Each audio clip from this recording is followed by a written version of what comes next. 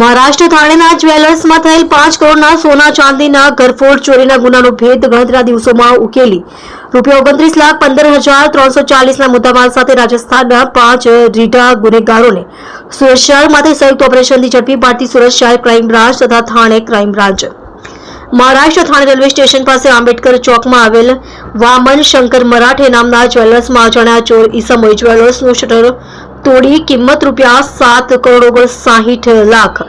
5,816ની મત્તાના સોના ચાંદીના દાગીનાની ઘરફોડ ચોરી કરેલ, જે બાબતે થાણેના નવપાડા પોલીસ સ્ટેશનમાં તારીખ 17/12/2024ના રોજ ગુનો દાખલ થયેલ.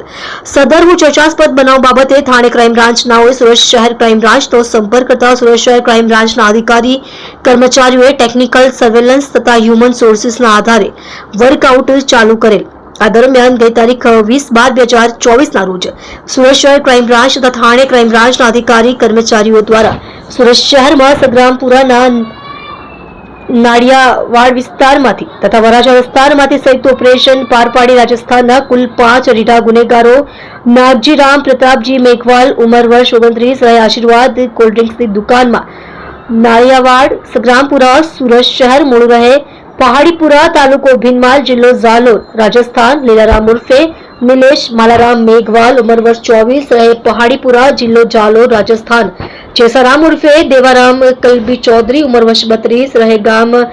જુજાણી, જિલ્લો ઝાલોર, રાજસ્થાન, યુનીલાલ ઉર્ફે સુમન શંકરલાલ પ્રજાપતિ, ઉંમર વર્ષ 33, રહે નન્નારી, તાલુકો પીરવાડા, જિલ્લો શિરોહી, રાજસ્થાન, દોનારામ ઉર્ફે દિલીપ માલારામ મેઘવાલ, ઉંમર વર્ષ 24, રહે પહાડીપુરા, જિલ્લો ઝાલોર, રાજસ્થાન.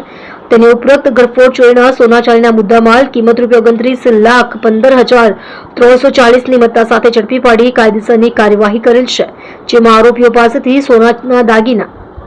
484 ગ્રામ, ચાંદીના દાગીના તથા સિક્કા 5.5 કિલોગ્રામ, મોબાઈલ નંગ 7 તથા અન્ય મુદ્દામાલ મળી કુલ ₹29,15,340નો મુદ્દામાલ કબજે કરેલ છે. તમે જોઈ રહ્યા છો કેપી ન્યૂઝ ચેનલ રફીક શેખની સાથે.